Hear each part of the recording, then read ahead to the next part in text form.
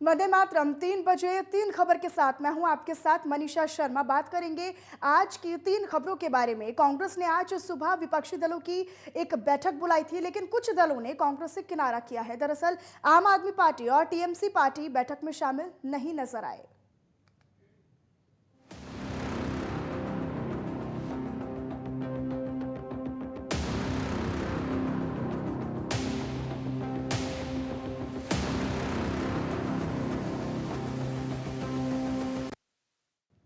वहीं संसद के शीतकालीन सत्र की शुरुआत होने से ठीक पहले कांग्रेस पार्टी के नेतृत्व में एक विपक्षी दलों की बैठक बुलाई गई थी, जहां इस बैठक में पश्चिम बंगाल की मुख्यमंत्री ममता बनर्जी की तृणमूल कांग्रेस और साथ ही दिल्ली के सीएम अरविंद केजरीवाल की आम आदमी पार्टी शामिल नहीं हुई।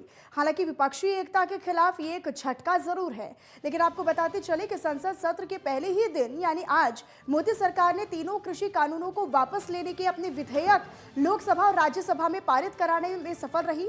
वहीं सूत्रों की तरफ से ये कहा गया कि कांग्रेस नेताओं का ये कहना है कि उन्होंने अभी विपक्षी दलों को आमंत्रित किया था, लेकिन इसमें शामिल होना या फिर ना होना उन पर निर्भर था। हालांकि कांग्रेस विपक्षी दलों को संविधान दिवस समारोह में शामिल ना होने के लिए मनाने में सफल रही, लेकिन तृणमूल कांग्रेस से दूरी बनाए रखना चाहती थी, क्योंकि ममता बनर्जी पश्चिम बंगाल के बाहर अपना आधार बढ़ाना चाहती हैं। लेकिन राष्ट्रीय राजनीति में उनके आने से विपक्ष की बड़ी चर्चा बाधित हो सकती है।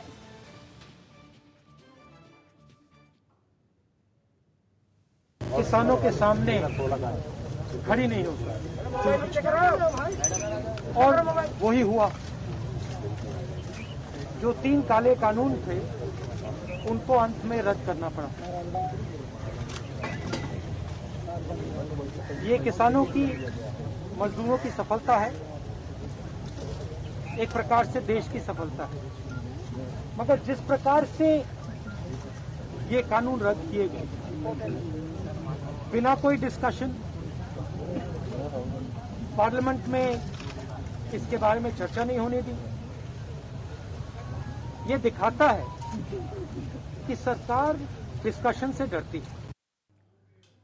और राजकुमार चौधरी हमारे संवाददाता इस खबर पर ज्यादा जानकारी के साथ, ज्यादा अपडेट के साथ हमारे साथ लाइव जुड़े हुए हैं। राजकुमार, देखिए, कांग्रेस ने एक बड़ी उम्मीदों के साथ एक ये विपक्ष की पार्टी की जिसमें तमाम दल उन्होंने मौजूद किए जाने थे, ये बैठक बुलाई थी, लेकिन कहीं ना कहीं विपक्षी एकता के खिलाफ ये कांग्रेस को एक तरह से बड़ा झटका लगा है। स्वाभाविक मनीषा, निश्चित तौर पर, क्योंकि अगर देखा जाए तो आम आदमी पार्टी दिल्ली में सरकार चला रही है और तृणमूल कांग्रेस की पश्चिम बंगाल में सरकार है, तो दोनों ही घटक दल कहीं ना कहीं एक स्टेट को यदि वो कहीं ना कहीं उसका प्रतिनिधित्व करते हैं, तो अगर वो भी इसमें शामिल होते तो कोई विपक्षी एकता और मजबूत होती दिखती। लेकिन इसके दूरगामी परिणाम कहीं ना कहीं बेहतर माने जाने चाहिए, क्योंकि जिस तरीके से इन तीनों कृषि कानूनों को वापस लेने के लिए प्रधानमंत्री नरेंद्र मोदी ने जिस तरीके से ऐलान किया, वो एक संवैधानिक पद पर और देश के बड़े नेता हैं और सामान्य नेता, दुनिया के बड़े नेता हैं, तो उनकी कहीं ना कहीं उनकी टीआरपी को जो है वो इसमें बढ़ता हुआ देखा जा रहा है और इसको उसी से तोल के देखा जाना चाहिए। क्योंकि कृषि कानून वापस होने के लिए जिस तरीके से प्रधानमंत्री ने घोषणा की थी कि जब 29 तारीख को बिल लाया जाएगा, जब मानसून सत्र जब शुरू होगा तो उसमें बिल लाए जाएंगे और बिलों को वापस लिया जाएगा, तो बिल्कुल स्पष्ट हो गया था कि अब कहीं ना कहीं सरकार अपने इन तीनों कृषि कानूनों को वापस ले रही है। तो इस पर चर्चा का कोई मतलब ही नहीं बनता था। लेकिन जिस तरीके से आज सदन के अंदर पहले कृषि कानूनों के विरोध में सड़क पर कहीं ना कहीं कांग्रेस के नेता उतरे, तो एक खोए हुए वजूद को कहीं ना कहीं इकट्ठा करने की, अब उसे पाने की लेकिन राजकुमार, अगर इसे समझना चाहें कि आखिर क्या कारण रहा कि तृणमूल कांग्रेस यानी ममता बनर्जी की पार्टी और वहीं आम आदमी पार्टी शामिल क्यों नहीं रही, क्या कुछ कारण रहा?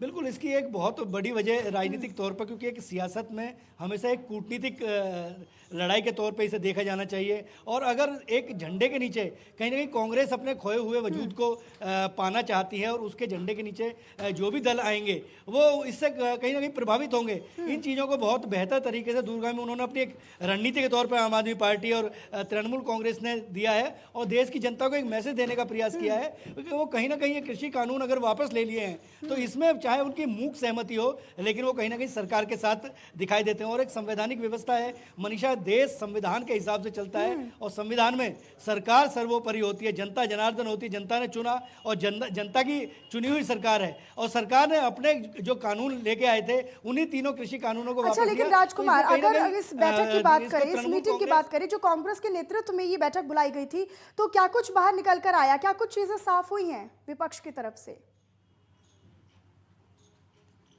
निश्चित तौर पर अब विपक्ष के पास कुछ कहने के लिए है नहीं, तो वो लोकतंत्र जिस तरीके से अभी राहुल गांधी अपने स्टेटमेंट में कह भी रहे थे कि सरकार डिस्कशन से डरती है। डिस्कशन से डरना नहीं डरना वो एक अलग चीज़ है, क्योंकि जब उसकी घोषणा पहले ही प्रधानमंत्री कर चुके हैं और उन कृषि कानूनों को लाके, उसके अलावा अगर देखा जाए तो वेल के अंदर आकर अगर हंगामा करके चर्चा करेंगे तो वो संभव नहीं है। या तो चर्चा ही कर लीजिए या हंगामा कर लीजिए। जिस तरीके से लोकसभा के स्पीकर ने कहा भी, इनके जो स्पीकर जो विपक्ष के नेता थे उनको कहा भी कि आप अपनी सीट पर जाइए, मैं इसकी चर्चा कराऊंगा। आप अगर क्वेश्चन उठाएंगे उन क्वेश्चनों के जवाब सरकार से कहीं ना कहीं मांगे जा सकते हैं, लेकिन हंगामे के बीच यदि कुछ करना चाहते हैं तो शायद वो संभव नहीं होगा। और आज जो कुछ कहीं ना कहीं कांग्रेस अपना खोया हुआ वजूद पाना चाहती है, एक तरह से कश्मीर से लेकर कन्याकुमारी तक सब तमाम प्रदेशों में कांग्रेस की सरकार हुआ करती थी, लेकिन आज गिने चुने 3 से 4 प्रदेश रह गए हैं और उनमें भी अंतर्कलह कहीं ना कहीं दिखाई दे रही है। तो कहीं अब विपक्ष के नाते विपक्षी दलों को इकट्ठा करके कांग्रेस सरकार को एक मैसेज देना और देश को एक मैसेज देना चाहती है कि चाहे बेशक अभी लेकिन राजकुमार, पुरानी पार्टी सही, ये भी लेकिन समझना अभी होगा, कांग्रेस ये में भी कुछ ना बहुत कुछ वापस महत्वपूर्ण बचा है हुआ है। कि कहीं ना कहीं विपक्ष तो ये दावे ठोकता है कि हाँ, हम एकजुट हैं, सारी विपक्षी दल, सारी विपक्षी पार्टियां एकजुट है। और कहीं ना कहीं अब बीजेपी कहीं ना कहीं बहुत भारी, अगर हम संतुलन की बात करें तो बीजेपी का जो पलड़ा है वो बहुत भारी हो जाता है, क्योंकि निश्चित तौर पर अभी भी विपक्ष बहुत कमजोर नजर आ रहा है। एकजुट है ही नहीं विपक्ष, किसी भी मुद्दे को अगर लेकर देख ले तो। निश्चित तौर पर मनीषा, बहुत महत्वपूर्ण सवाल है। देखिए, कहीं ना कहीं विचारों की लड़ाई होती है और जब हम सरकार में होते हैं और सरकार बनाने के लिए जब इकट्ठा होते हैं तब उनके मायने होते हैं, क्योंकि यूपीए बहुत लंबे समय तक सरकार चलाती रही है। सोनिया गांधी यूपीए की अध्यक्ष रही हैं, उसमें 27 दलों ने भागीदारी की है। हालांकि जिस तरीके से भारतीय जनता पार्टी का अपना एक ग्राफ बनाया, भारतीय जनता पार्टी दुनिया की बड़ी पार्टी बनी है, तो भारतीय जनता पार्टी के साथ भी जो कहीं ना कहीं मोर्चे में जो लोग शामिल हैं, जो संगठन शामिल हैं, उन्होंने कहीं ना कहीं एक ताकत को देखा और अपने बलबूते पे जब चीज़ों को लाया जाता है तो अब सत्ता में विपक्ष में कब तक, कितनी देर तक लोग एक दूसरे के साथ जुड़े रहेंगे, ये बड़ा देखना बहुत दिलचस्प होता है। यानी राजकुमार, अभी कहीं भी ना कहीं बहुत मुद्दों की मंथन लड़ाई है, करने कहीं की, ना अभी कहीं भी फायदा साथ बैठने की, संवाद करने की जरूरत विपक्ष की सभी पार्टियों को है, क्योंकि कहीं ना कहीं संवाद का अभाव भी यहाँ पर देखने को मिलता है, यानी कम्युनिकेशन गैप विपक्षी दलों में देखने को मिलता है। क्योंकि जब एक बैठक में ही अगर सारे विपक्षी दल एकजुट नहीं नजर आ रहे हैं तो आने वाले जो विधानसभा चुनाव हैं या फिर किसी तरह से भी अगर वो दावा करते हैं कि हम बीजेपी को हराएंगे तो ये तो नामुमकिन नजर आता है राजकुमार। और इसी के साथ राजकुमार, बहुत बहुत धन्यवाद आपका इस तमाम जानकारी और अपडेट के लिए। और रुक एक छोटे से ब्रेक के लिए, फौरन हाजिर होंगे।